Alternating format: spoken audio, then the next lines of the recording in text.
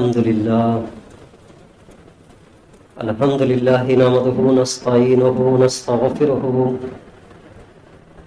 ونؤمن به ونتوكل عليه ونعوذ بالله من شرور أنفسنا ومن سيئات أعمالنا من يهد الله فلا مضل له ومن يضلل فلا هادي له وأشهد أن لا إله إلا الله وحده لا شريك له وأشهد أن محمدا عبده ورسوله أما بعد فإن خير الحديث كتاب الله وخير الهدي هدي محمد صلى الله عليه وسلم وشر الأمور محدثاتها وكل محدثة بدعة وكل بدعة ضلالة وكل ضلالة في النار.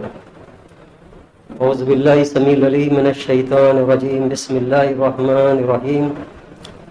رب اشرح لي صدري ويسر لي أمري واحلل عقدة من لساني يفقهوا قولي ربي زدني علما. قال الله تعالى في القرآن المجيد والفرقان الحميد. بسم الله الرحمن الرحيم. يا أيها الذين آمنوا اتقوا الله حق تقاته ولا تموتن إلا وأنتم مسلمون. يا أيها الناس اتقوا ربكم الذي خلقكم من نفس واحدة وخلق منها زوجها وبث منهما رجالا كثيرا ونساء واتقوا الله الذي تساءلون به والأرحام إن الله كان عليكم رقيبا. يا أيها الذين آمنوا اتقوا الله قولوا قولا سديدا يصلح لكم أعمالكم فيغفر لكم ذنوبكم ومن يطع الله ورسوله فقد فاز فوزا عظيما. بسم الله الرحمن الرحيم. الحمد لله رب العالمين الرحمن الرحيم مالك يوم الدين إياك نعبد وإياك نستعين اهدنا الصراط المستقيم صراط الذين أنعمت عليهم غير المغضوب عليهم ولا الضالين آمين. لا صلاة لمن لم يقرأ بفاتحة الكتاب. سب طرح کی تعریف اس رب العزت کے لیے ہے جس نے زمین اور آسمان کو پیدا کیا اور ہمیں بسایا ہے.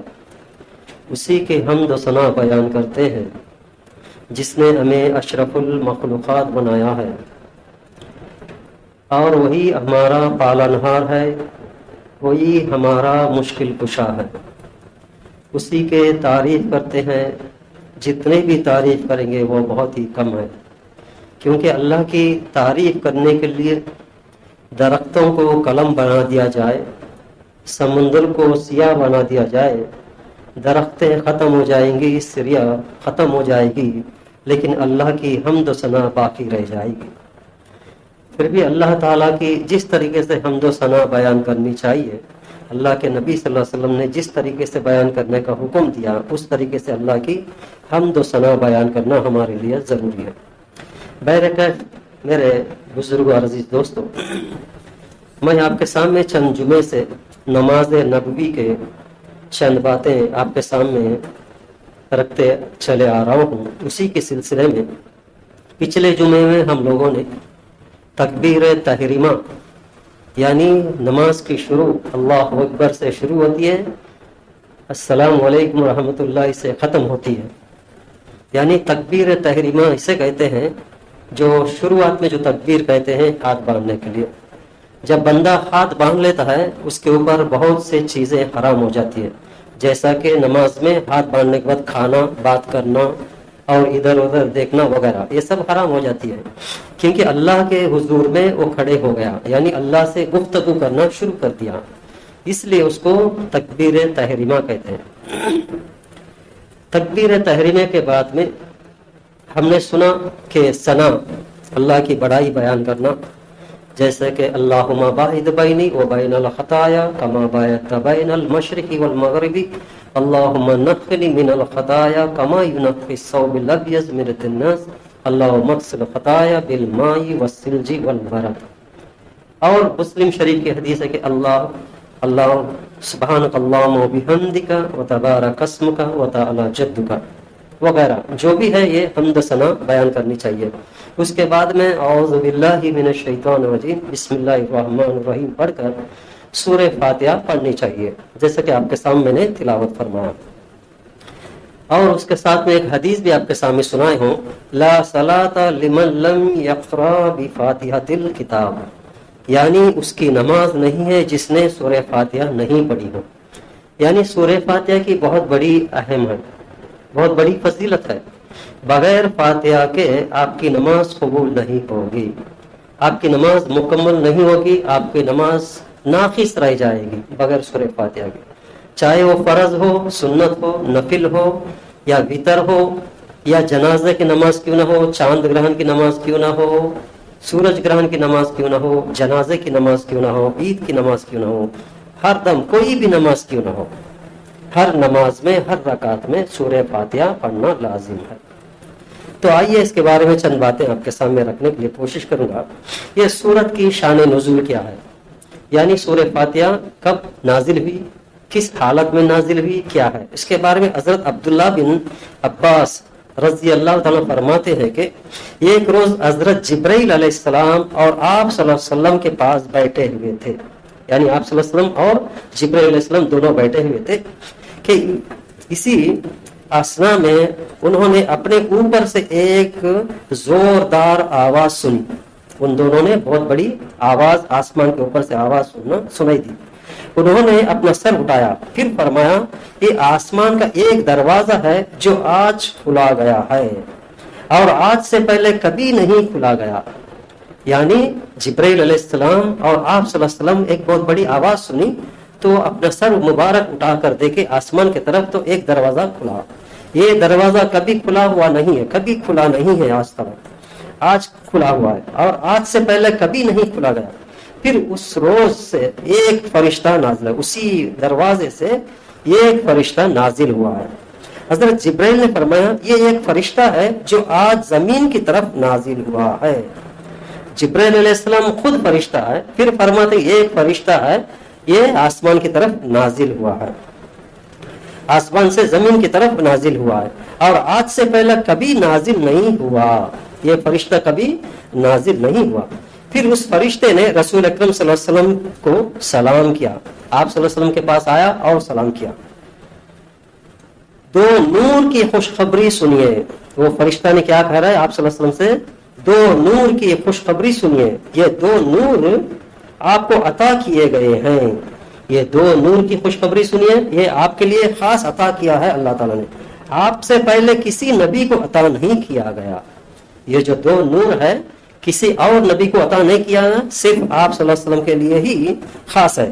یہ ایک نور جو ہے فاتحۃ الکتاب ہے، یہ ایک جو نور کیا ہے؟ سورہ فاتحۃ الکتاب ہے، یعنی سورہ فاتحہ. اور دوسرا نور سورہ بقرہ کی آخری آیتیں ہیں، یعنی آمن الرسول. آپ جب کبھی ان دونوں میں سے کوئی کلمہ تلاوت کریں گے تو آپ کو مانگی ہوئی چیز ضرور اللہ تعالیٰ عطا فرما دے گا. یعنی یہ دو نور آپ کے لیے خاص ہے، کوئی نبی کو نہیں دیا گیا ہے، آپ صلی اللہ علیہ وسلم آپ کے لیے خاص ہے.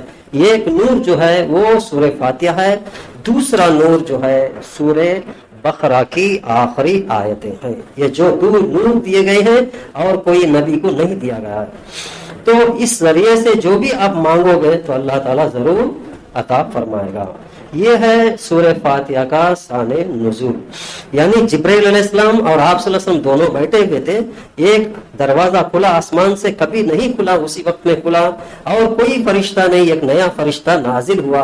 تو آپ صلی اللہ علیہ وسلم اور جبرائیل دیکھ رہے ہیں آسمان کی طرف، وہ نازل ہو کر آپ صلی اللہ علیہ وسلم کے قریب آ کر کے کہا کہ آپ کو دو نور دیے گئے ہیں. وہ ایک نور جو ہے سورہ فاتحہ ہے، دوسرا جو ہے آخری سورہ بقرہ کی آیتیں ہیں. اور سورہ فاتحہ کی فضیلت میں سورہ فاتحہ قرآن مجید کی سب سے زیادہ عظمت و بزرگی والی سورت ہے. رسول اکرم صلی اللہ علیہ وسلم نے ایک روز حضرت ابو سعید بن المالی سے فرمایا کہ میں ضرور تمہیں قرآن کی سب سے زیادہ عظمت والی سورت سکھاؤں گا. کہ اللہ کے نبی صلی اللہ علیہ وسلم اپنے صحابی سے فرما رہے ہیں کہ میں تجھے آج بہت عظمت والی سورت سکھاؤں گا. پھر آپ نے فرمایا سورہ الحمدللہ رب العالمین ہے، یہ سبع مثانی ہے، یعنی 7 دہرانے والی آیتیں ہیں، یعنی بار بار پڑھنے والی 7 سبع مطلب 7 سبع مثانی مطلب 7 آیتیں والی سورت ہے۔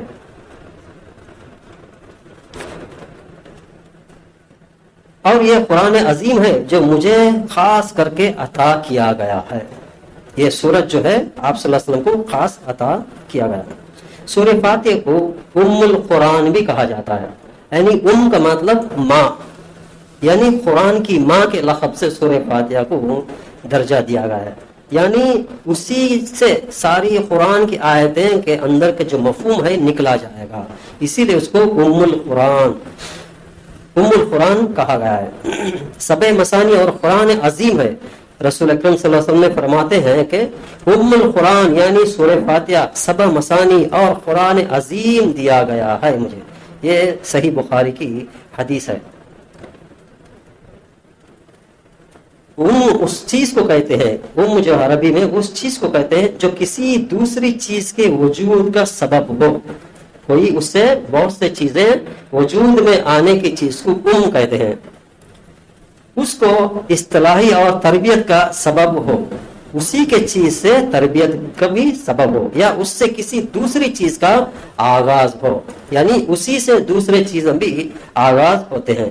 سورہ فاتحہ کو ام القرآن اس لیے کہا جاتا ہے کہ وہ قرآن مجید کی اصل ہے، یعنی قرآن کے مجید کی جتنے بھی آیتیں ہیں، جتنے بھی باتیں ہیں، یہ سورہ فاتحہ کے اندر میں جمی ہوئی ہے، ہر چھوٹی چھوٹی حروف کے اندر میں اس کا مفہوم چھپا ہوا ہے، اسی لیے اس کو ام القرآن کہا گیا، یعنی قرآن کی ماں کہا گیا۔ قرآن کی ماں سورہ فاتحہ کا لقب بھی ہے۔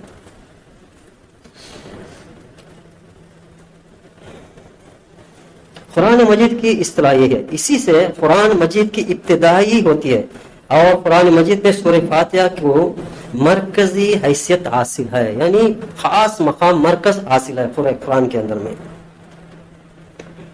جیسا کہ زمین کے اندر میں ایک بیج ڈالا جاتا ہے تو بیج کے اندر سے ایک مکلا نکلتا ہے، شاخیں نکلتی ہیں، پھر اس کے پتے ہوتے ہیں، پھر اس کے پھل پھول ہوتے ہیں، اسی طریقے سے قرآن کے اندر کی جو بھی باتیں مفہوم ہیں یہ سب سورہ فاتحہ سے ہی نکلی ہوئی چیزیں ہیں، اسی لیے اس کو ام القرآن کہا گیا ہے، یعنی قرآن کی ماں۔ اسی طریقے سے حضرت ابو سعید خدری رضی اللہ عنہ فرماتے ہیں کہ عرب کے یہ قبیلے کے پاس سے کچھ صحابہ کرام کا گزر ہوا، قبیلہ والوں نے صحابہ کرام کی مہمان نوازی نہیں کی، اسی اسنا میں ان کے سردار کو بچھو نے کاٹ لیا تھا۔ قبیلہ والوں نے صحابہ کرام سے کہا تمہارے پاس کوئی دوا ہے یا تم لوگوں میں سے کوئی جھاڑنے والا ہے؟ تو صحابہ کرام نے کہا تم نے ہماری مہمان نوازی نہیں کی، لہٰذا جب تک تم ہمیں کچھ مال نہ دو گے ہم علاج نہیں کریں گے۔ ان لوگوں نے کچھ بکریاں دینے کا وعدہ کیا ہے۔ یہ ایک شخص نے سورہ فاتحہ پڑھنا شروع کر دی اور اس کے لاب مبارک یعنی خطوط کو جمع کرنا اور اس پر لگاتا رہا۔ الغرض وہ سردار اچھا ہو گیا، اس نے اس شخص کو 30 بکریاں دے اور ہمیں دودھ پلایا ہے۔ بعض صحابہ کرام نے کہا ہم بکریاں نہیں لیں گے جب تک کہ آپ صلی اللہ علیہ وسلم سے دریافت نہ کر لیں۔ الغرض انہوں نے رسول اکرم صلی اللہ علیہ وسلم سے دریافت کرنے کو گئے تو رسول اکرم صلی اللہ علیہ وسلم نے مسکرائے اور اس شخص سے فرمایا تمہیں کیسے معلوم ہے کہ یہ سورہ رقیہ بھی ہے، یعنی یہ سورت رقیہ بھی کہتے ہیں، رقیہ بھی کہتے ہیں۔ پھر آپ صلی اللہ علیہ وسلم نے صحابہ کرام سے فرمایا تم نے ٹھیک کیا، ان بکریوں کو لے لو اور اپنے ساتھ میرا بھی حصہ لگاؤ، یعنی آپ صلی اللہ علیہ وسلم نے ان کو بتا دیا۔ اس حدیث سے معلوم ہوا کہ سورہ فاتحہ کو رقیہ بھی کہا جاتا ہے، یعنی کسی کو بچھو وغیرہ کاٹ لے تو دم کرنے کے لیے بھی استعمال ہوتا ہے، اسی سے علاج کیا جا سکتا ہے اور شفا بھی ہے، اس کا نام شفا بھی ہے۔ مرض کے لیے اس کے اوپر میں پڑھا جا سکتا ہے۔ رسول اکرم صلی اللہ علیہ وسلم نے اپنا حصہ لینے کے لیے اس سے کہا کہ آپ کے لینے کے بعد صحابہ کرام کو کسی قسم کی کراہیت نہ ہو، اسی لیے آپ صلی اللہ علیہ وسلم نے کہا کہ اس بکریوں میں میرا حصہ بھی دے دیجیے۔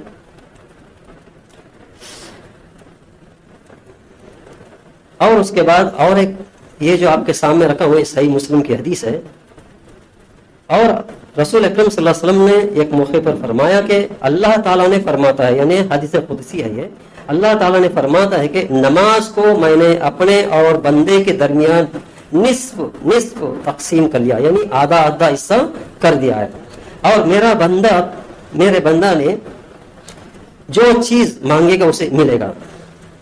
اور جب وہ میرا بندہ جو ہے الحمدللہ رب العالمین، یعنی اللہ تعالیٰ فرماتا ہے کہ میرا بندہ نے میری تعریف کی ہے، جب بندہ الحمدللہ رب العالمین کہتا ہے تو اللہ تعالیٰ فرماتا ہے کہ میرے بندے نے میری تعریف کی۔ جب بندہ کہتا ہے الرحمن الرحیم، اللہ تعالیٰ فرماتا ہے کہ میرے بندے نے میری ثنا بیان کی ہے، پہلے تعریف اس کے بعد ثنا۔ جب بندہ کہتا ہے مالک یوم الدین، اللہ تعالیٰ فرماتا ہے کہ میرے بندے نے میری بزرگی بیان کی ہے۔ اور ایک مرتبہ آپ صلی اللہ علیہ وسلم نے فرمایا کہ اللہ تعالیٰ فرمایا ہے کہ میرے بندے نے اپنے کام کو میرے سپرد کر دیا۔ جب بندہ کہتا ہے ایاک نعبد و ایاک نستعین، اللہ تعالیٰ فرماتا ہے کہ یہ میرے اور میرے بندے کے درمیان نصف نصف یعنی آدھا آدھا حصہ ہے، اور میرے بندے کو مل جائے گا جو مانگے گا۔ پھر جب بندہ کہتا ہے اہدنا الصراط المستقیم صراط الذین انعمت علیہم غیر المغضوب علیہم ولا الضالین آمین، اللہ تعالیٰ فرماتا ہے کہ یہ میرے بندے کے لیے ہے، اور میرا بندے کو وہ چیز مل جائے گا جس کا وہ سوال کرے گا۔ یعنی یہ سورہ فاتحہ کے ذریعے سے دعا کرنے کا طریقہ بھی اللہ تعالیٰ نے دکھا دیا، اور جب اللہ تعالیٰ کے سامنے بندہ پڑھتا ہے تو اللہ تعالیٰ اس کے بارے میں تعریف بھی کرتا ہے کہ میرے بندے نے میرے بارے میں، میرا بندہ میرے تعریف کر دیا، اور میرے بندہ میرے لیے ثنا بھی بیان کر دیا، اور میرے بندہ میرے لیے میرے بزرگی بیان کیا ہے، اور اللہ تعالیٰ نے اس بندے کا دعا قبول کرے گا جس نے سورہ فاتحہ پڑھ کر جس نے دعا مانگے گا۔ یہ ہے سورہ فاتحہ کا شان نزول کے بارے میں۔ اور اس حدیث سے معلوم ہوا کہ سورہ فاتحہ نماز کا بہت اہم جز ہے، اسی وجہ سے اس کو صلاۃ بھی کہا گیا۔ سورہ فاتحہ کا نام کیا ہے؟ صلاۃ بھی کہا گیا ہے۔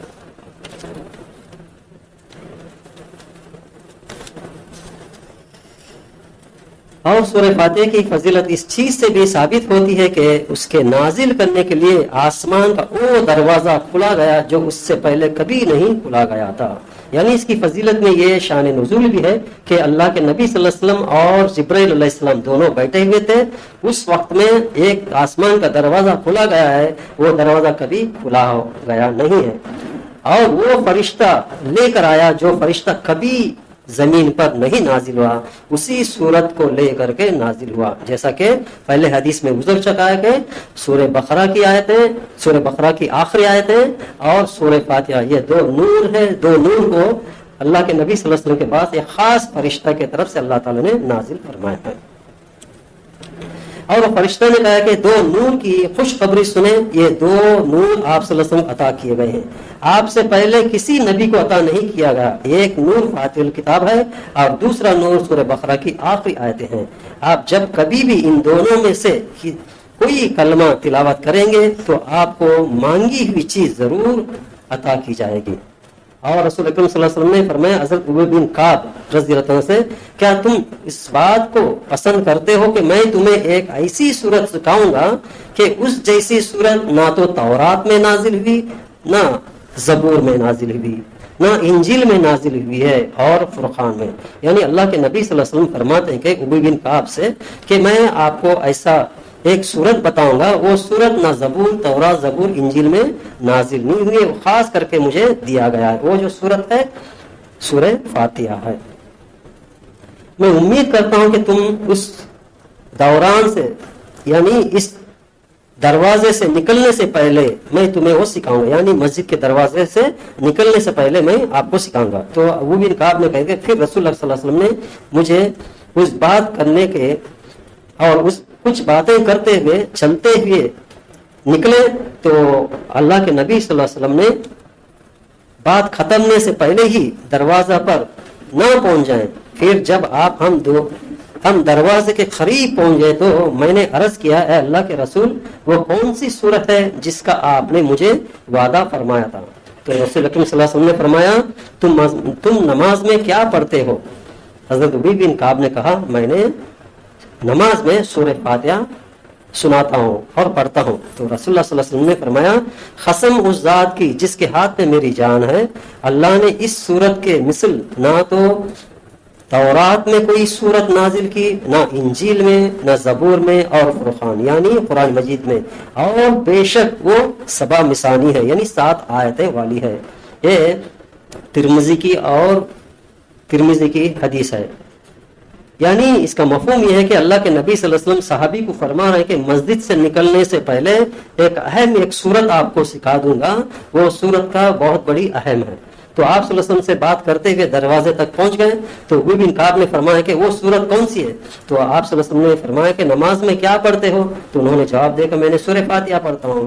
تو اللہ کے نبی صلی اللہ علیہ وسلم نے فرمایا کہ قسم اس ذات کی جس کے ہاتھ میں میری جان ہے، اللہ تعالیٰ یہ صورت خاص کر کے سورہ فاتحہ مجھے دیا گیا ہے. تو یہ نہ انجیل میں ہے، نہ زبور میں ہے، نہ اور فرقان اور کوئی صورت کوئی کتابوں میں نہیں ہے، خاص کر کے اللہ تعالیٰ نے مجھے عطا کیا ہے.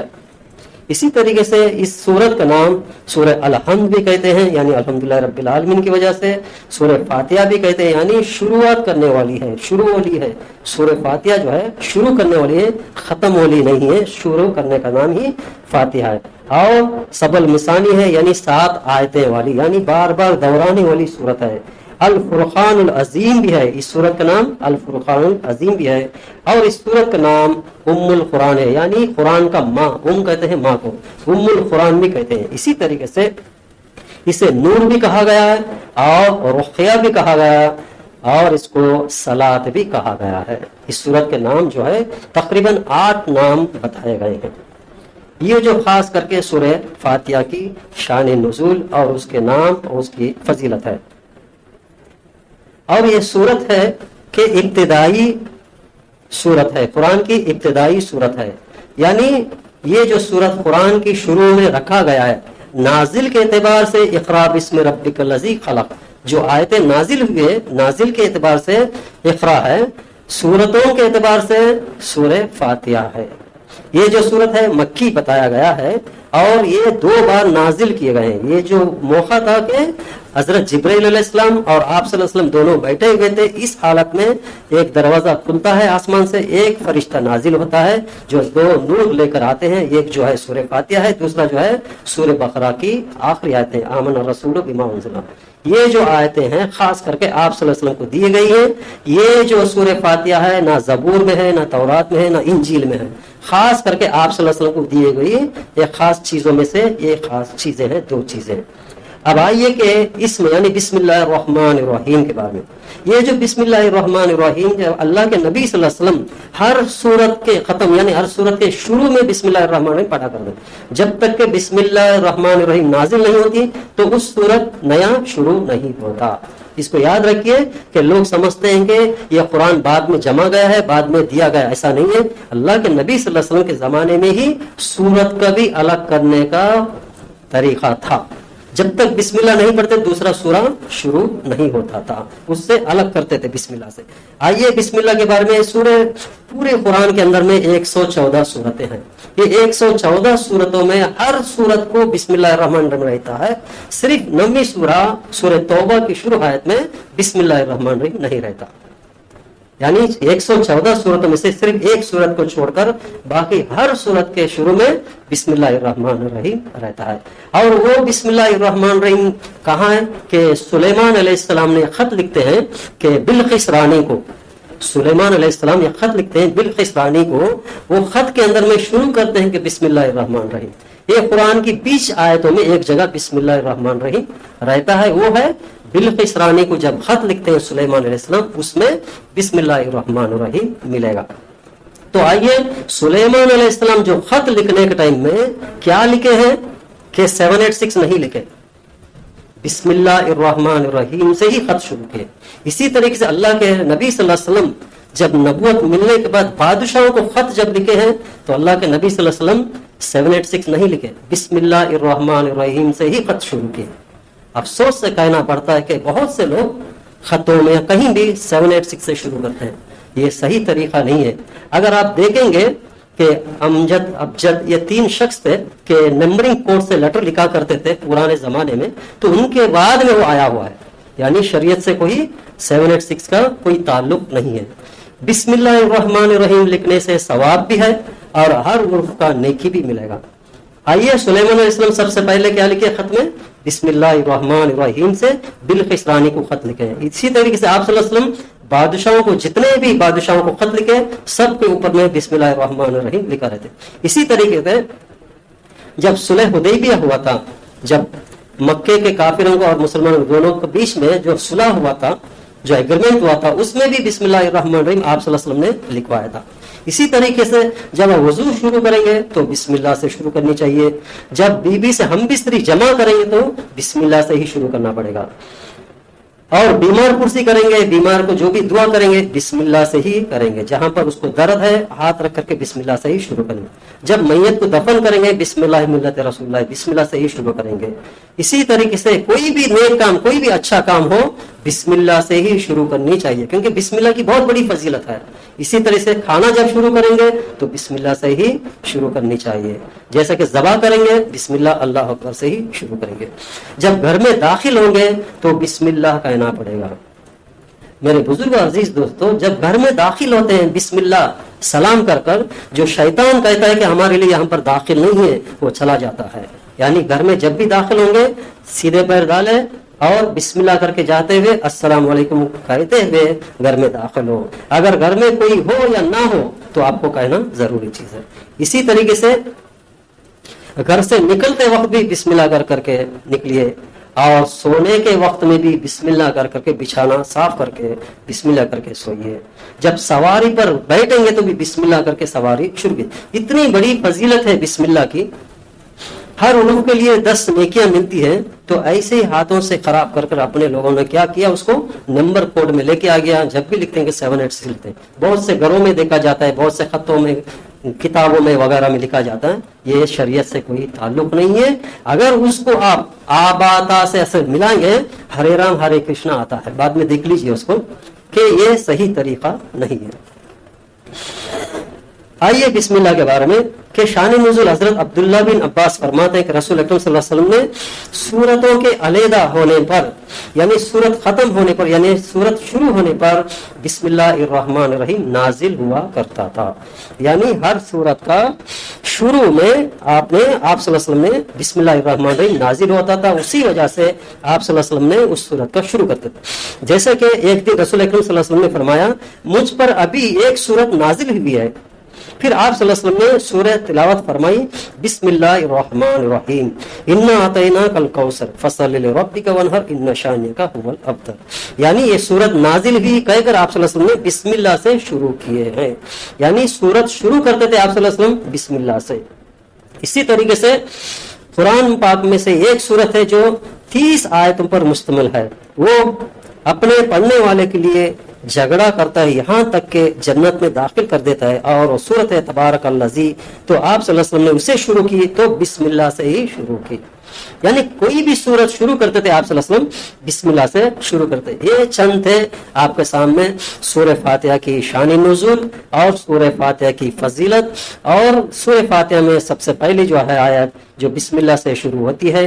بسم اللہ کے بارے میں چند باتیں رکھا ہوں. اللہ کے نبی صلی اللہ علیہ وسلم نے فرمایا کہ لا صلاۃ لمن لم یقرأ بفاتحۃ الکتاب. یعنی اس کی نماز پوری نہیں ہوتی جب تک کہ وہ سورہ فاتحہ نہ پڑھے. یا فرض نماز ہو، یا امام ہو، یا مقتدی ہو، یا سنت ہو، یا نفل ہو، یا تراویح ہو، یا وتر ہو، یا جنازے کی نماز ہو، یا چاندگران کی نماز ہو، یا کوئی بھی نماز ہو، بغیر سورہ فاتحہ کی اس کی نماز پوری نہیں ہوتی. اللہ تعالیٰ ہم سب کو سورہ فاتحہ کو جس طریقے سے پڑھنے کا حکم ہے اس طریقے سے پڑھتے ہوئے، اس کی فضیلت جانتے ہوئے، جہاں پر پڑھنا چاہیے اس طریقے سے وہاں پر پڑھتے ہوئے اس کی فضیلت کو جانے، اور اس کی جو ثواب ہے، اس کی جو شان نزول ہے، اگر اس کو جان لیتے، اگر اس کا پورا مکمل ترجمہ ہم سمجھ لیتے تو یہ نوبت نہیں آتی کہ یہ سورہ فاتحہ اللہ کے نبی صلی اللہ علیہ وسلم کہاں پڑھنے کو کہا ہے، کس وقت پر پڑھنے کو کہا ہے.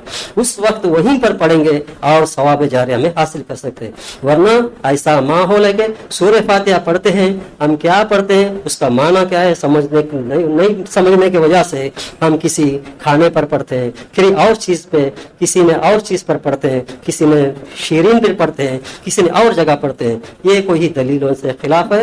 دلیل یہی ہے کہ اللہ کا حکم ہو اور نبی کریم صلی اللہ علیہ وسلم نے جہاں پر سورہ فاتحہ بغیر فاتحہ کی اس کی نماز نہیں ہوتی، تو فاتحہ جہاں پڑھنی چاہیے وہاں فاتحہ ضرور پڑھنی چاہیے، جہاں پر پڑھنے کا حکم نہیں ہے وہاں پر فاتحہ پڑھنے کا کوئی ضرورت نہیں۔ اللہ تعالیٰ ہم سب کو اس پر عمل کرنے کی توفیق عطا فرمائے، آمین۔ وآخر دعوانا الحمدللہ رب العالمین۔